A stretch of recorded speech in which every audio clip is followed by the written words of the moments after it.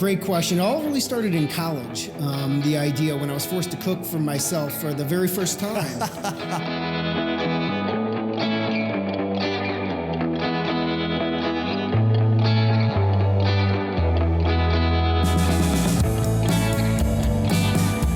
Folks, Ben from Smoking Hot Confessions here. We're at day 2 of the MBBQA conference. We're rounding out the end of the day. We've just finished the last session, but I've got a barbecue-loving YouTuber here for us to talk to, try and get some tips on the social media and on the YouTube. This is Joey from Red Meat Lover. Man, how you going? I'm doing great, man. Thanks for having me on. I'm happy to be here talking to you and really enjoying this conference. At Red Meat Lover, we operate a YouTube channel, as you mentioned, as well as a website, and our focus is cooking meat made easy, plain and simple. Love it, mate. Love it. So what kind of recipes do you do? Are you, you've said red meat. Do you stray into game and buffalo or just straight beef and pork? That's a great question. Red meat is just sort of a catch-all. We've kind of focused on, mainly beef and pork, but if you take a close look at our logo, you can see a little chicken hiding right inside. So we cover it all, occasionally do some seafood. Really what we're focused on is just educating others about some of the same questions we had when we initially started cooking proteins. Speaking of questions and getting those answers, what is it that's brought you to the conference? A meeting with Rockwood Charcoal. They're also based in St. Louis. I reached out to him because that's where I live. And he told me about this conference, and my first reaction was like, no way, there's a barbecue conference? And it was 2 weeks away and about 3 hours away from St. Louis, so couldn't pass that opportunity up to be here, and I'm just really glad that I did. So many great people here. Sharing tips, tricks, ideas, best practices all across the industry, from marketing to cooking. It's a great event. Yeah, I've really been enjoying the range of people that I've met. So a YouTuber, I interviewed the guy from Rockwood Charcoal, I've interviewed Joey from B&B, I've met with butchers, caterers, restaurateurs. You got the whole gambit here. It's just incredible. Absolutely. Just sharing ideas. Everyone's so personable. Open to sharing and giving feedback, and it's just been a really terrific event. I'll be back next year. Yeah, me too, for sure. Now, tell me about Red Meat Lover. How did you get started in that? Great question. It all really started in college, the idea when I was forced to cook for myself for the very first time. And after I got tired of eating ramen noodles for about 2 or 3 months, I decided I'd head to the grocery store and take a look at... You lasted 2 or 3 months eating nothing but ramen? When you're 20 to 21, it's a ramen and beer, it was a good combination. But headed on down to the grocery store and took a look at the meat display and was immediately confused. I couldn't tell the difference between sirloin steak from flank steak to brisket. So I just started buying different cuts, messed up a lot of them, found some successes, and after graduating from college and really barbecuing with my friends on the weekend, living that bachelor lifestyle, we all kind of realized we all had the same questions. And we thought we would start a website as kind of where we started to answer some of those common questions we all have. Yeah, that's a great place to start. So what is it do you think about barbecue and YouTube or video in general, the video medium, that works so well together?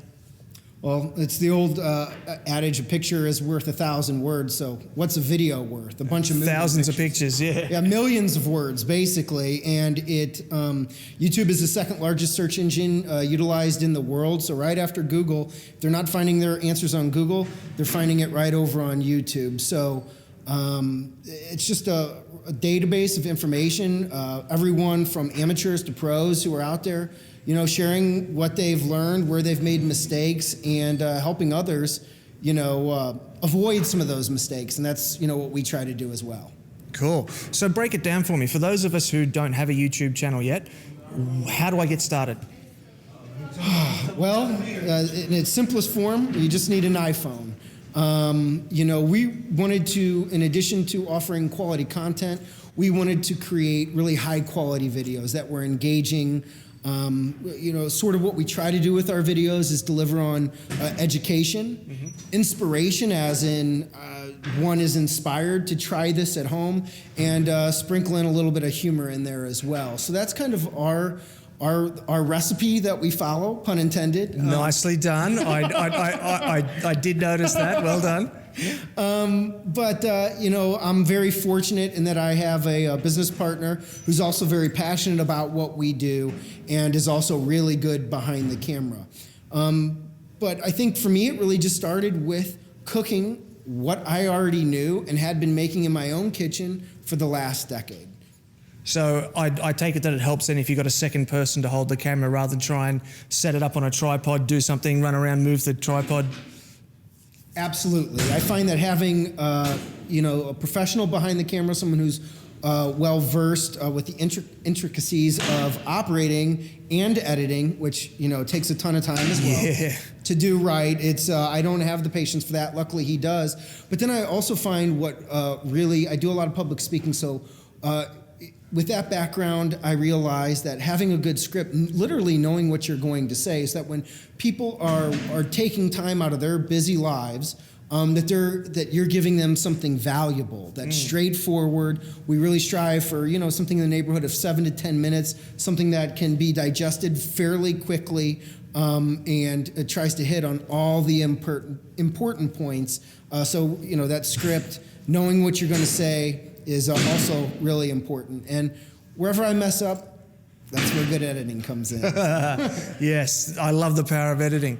So we've got our smartphone, because you can do it on an Android or an iPhone. We've got a buddy to help record it. Yep. We've opened an account on YouTube. What are some tips and tricks for uploading the video and sort of tricking the algorithms to force that video out to the public? How do I get people to see it? Because there's so many countless hours of YouTube uploaded every minute. How do we make ours into the search results? That's a great question. I'll get to that question, but I left out something that's important as it relates to creating YouTube videos, and you're holding it right in your hand. It's a microphone.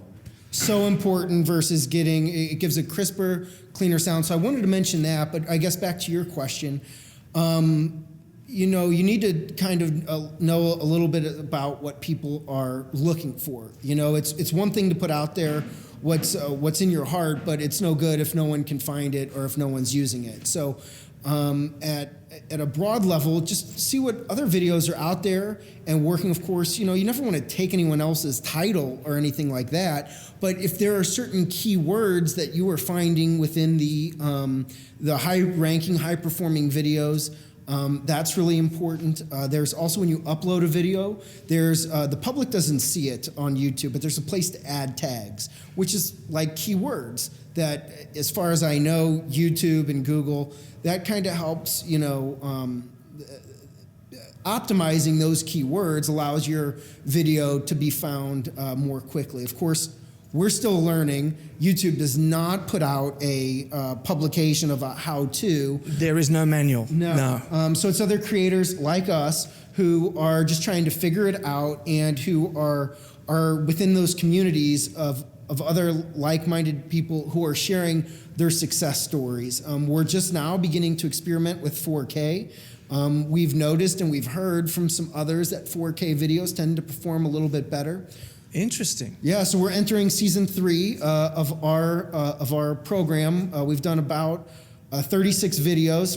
Wow. I'm sorry, season 4. We've done about 36 videos, so we're going to season 4. And there's been a lot of trial and error. Some of my very best videos, some of my very favorite recipes are the ones that don't perform as well because they're just not being widely searched for. So if you can answer the questions that people are looking for, do that in an impactful, meaningful way with high quality, I think that all really helps. But we're still kind of figuring it out like everyone else is too. Now, just on a technical side of things, with other apps and other programs and things, if you're uploading from the phone, there's often less menu options and things than doing it from a desktop. Is it important to upload the video from a desktop versus a mobile, or can you do it from any device?